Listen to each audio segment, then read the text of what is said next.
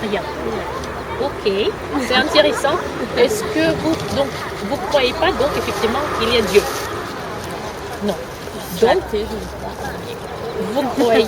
Donc, vous pensez d'où vient dans ce cas l'univers? Donc, d'où vient la Terre et les animaux et les êtres humains? Je ne sais pas. Est-ce que vous... On est là. Oui. Donc, ou juste comme ça, par accident? Non, pas forcément par accident, mais après je me pose pas la question et je suis là et je suis là. Les animaux sont là, on est là, donc... Et voilà. donc, est-ce que vous, dans ce cas, croyez qu'il y a une théorie d'évolution, que nous, on est évolué au cours des millions d'années? Certainement, puisque ça a été prouvé. Mais après... Ok, c'est bien intéressant. Et vous avez vu les preuves de l'évolution? on a appris à l'école. Ok. Ok. Donc, et vous vous souvenez bien les preuves d'évolution?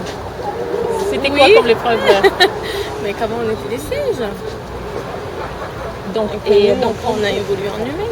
ok, donc vous souvenez en effet l'image d'un singe qu'on appelait Lucie, qu'on a quelqu'un donné, Oui. et puis après l'image d'un être humain, et puis vous souvenez cette descente entre le singe et l'être Voilà. humain. Est-ce que vous êtes au courant que ça n'existe pas, qu'il n'y a pas de preuves, c'est comment ça s'appelle, des espèces Ouais. entre comment on dit, les intermédiaires? Est-ce que vous êtes au courant de ça? Que ça c'est une théorie en effet, Ouais. et qu'il n'était pas prouvé? Ok, donc est-ce que vous voyez le bâtiment de Martinez par exemple? Oui. Est-ce que vous croyez qu'il est tout seul, c'est construit, ou c'est la preuve qu'il y a un constructeur, n'est-ce pas? Donc si on regarde, il y a une chaise, non? Ouais. Les chaises, nous voyons les chaises. Nous n'avons pas vu les personnes qui les a conçues et les construites, mais on croit qu'il y a un constructeur parce que les chaises existent. Leur existence, c'est la preuve qu'il y a un constructeur, n'est-ce pas? Donc, si nous regardons tous les objets au monde, et on sait que forcément, les objets qui sont dans le monde, ils ont tous été construits, ils n'ont pas pu être faits tout seuls, n'est-ce pas?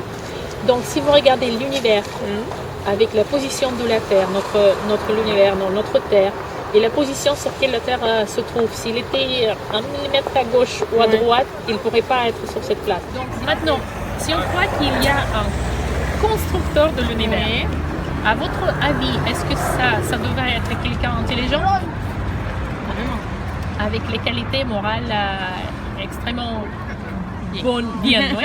Donc, est-ce que vous pensez que cet constructeur, cette personne, devait, donc s'il est bien, donc il doit aussi forcément punir mal, n'est-ce pas? Parce que dans le monde, il y a bien et mal et on est tous, on voit tout ça. Donc, en prenant en compte qu'il peut y avoir un constructeur, est-ce que vous pensez qu'il devrait y avoir l'enfer et paradis pour les gens? Certainement, parce qu'il y a toujours du bien et du mal, donc forcément... Ici, supposons que vous étiez jugé aujourd'hui, si vous êtes mort. Je ne vous souhaite pas, c'est juste une question théorique. Si ce créateur, qu'on appelle Dieu, non, les gens appellent Dieu, moi j'appelle Dieu, vous juge par rapport à... Vous juge aujourd'hui, vous êtes mort par exemple, et il vous juge, est-ce qu'il vous envoie à l'enfer, à paradis? Qu'est-ce qu'il faut faire pour aller au paradis à votre avis dans ce cas? Déjà, il descend prochain, déjà, à partir de là, à partir du moment où on est une bonne personne, on peut aller au paradis. Est-ce que vous croyez que vous êtes une bonne personne? Je pense. Oui.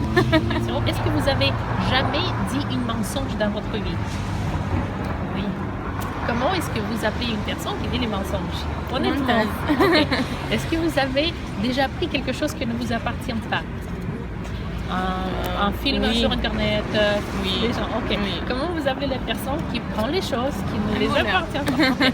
Est-ce que vous avez déjà regardé quelqu'un avec un désir sexuel qui n'est pas, je sais pas, vous êtes marié? Oui. Est-ce que vous avez regardé quelqu'un, un beau gosse, un acteur hollywoodien? Oui.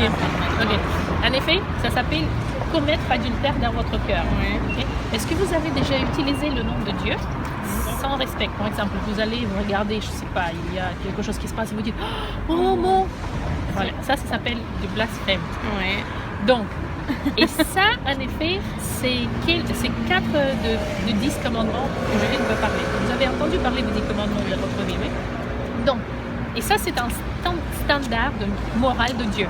Donc, si Dieu vous juge aujourd'hui par rapport à ces 10 commandements. Menteuse, Est-ce que voleuse. Ouais, exact, bravo. Bien enfer. Donc, il vous envoie à l'enfer. Est-ce que ça vous concernerait pas, concerne en fait? Est-ce que ça vous fait réfléchir que c'est quelque chose que je ne voudrais pas faire? Allez.